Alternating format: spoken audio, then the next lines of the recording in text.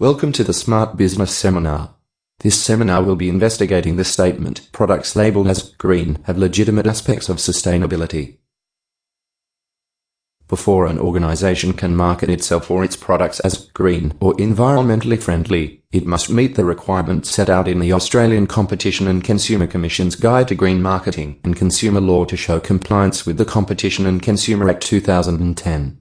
As well, the Trade Practices Act 1974 sets guidelines for companies making environmental claims on their products and prohibits any business from making false or misleading representations, or engaging in misleading or deceptive conduct.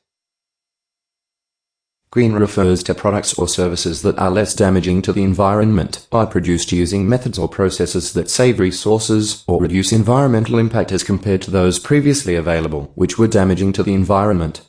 As a general rule, green products do not generate detrimental waste and contain recyclable components.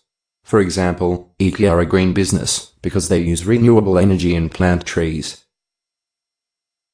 Sustainable means considering the environmental and social impacts of business operations and taking action to eliminate all negative environmental, social and economic impacts of operations at each phase of a product's life cycle. An example of a sustainable product is bamboo, as it can grow and be harvested in 5 years and, after being cut, will regrow on its own. The Green Bucks article states that shoppers want to buy from environmentally friendly retailers and are happy to pay more for their products. The Green Consumer Study found 46% of Australians regularly buy green products. Not only will consumers respect environmentally conscious brands, but 49% are also willing to spend up to a 10% premium on their items and will visit their stores more regularly. Despite this, a shocking 40% of respondents couldn't actually name a local brand or retailer that was actively green in Australia. In terms of the influence in the supply chain, businesses they can use their power as a retailer and encourage their suppliers to mirror and adopt their business's policies. For example, international businesses like Marks & Spencer and Walmart use scorecards for their suppliers and only work with those who match their policies and strategies around green. The How to Determine if a Green Certification is Legitimate article by Carol Kroll explains how marketers can make claims that appear legitimate even though they might be flawed.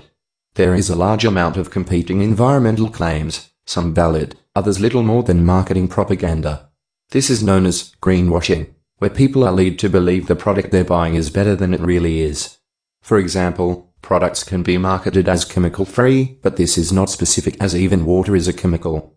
But businesses have to do this anyway or they'll lose out, so greenwashing isn't unnecessary. As well as this, businesses not seen as green may lose customers, but if a business decides to become green, it may lessen their profit margin per product.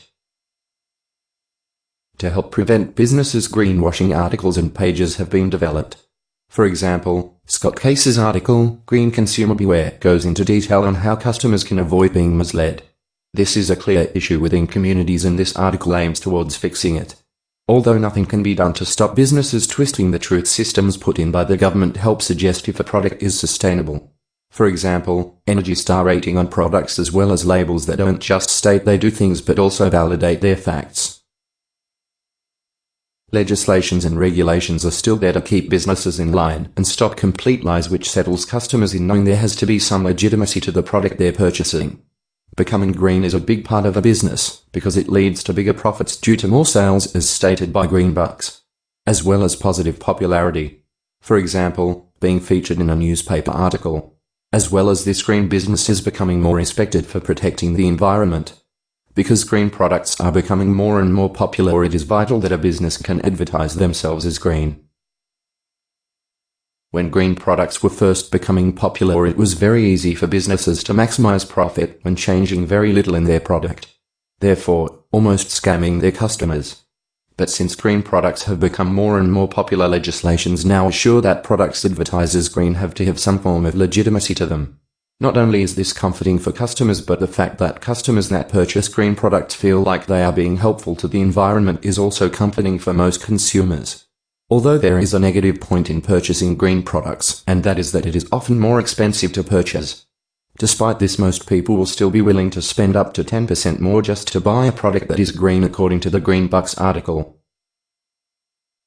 In conclusion, it is clear that not all products labeled as green are completely legitimate, otherwise there would be no such phrase as greenwashing.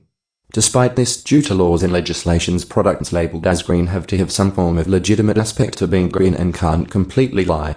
Therefore, although the legitimacy can be improved, products labeled as green do have legitimate aspects of sustainability.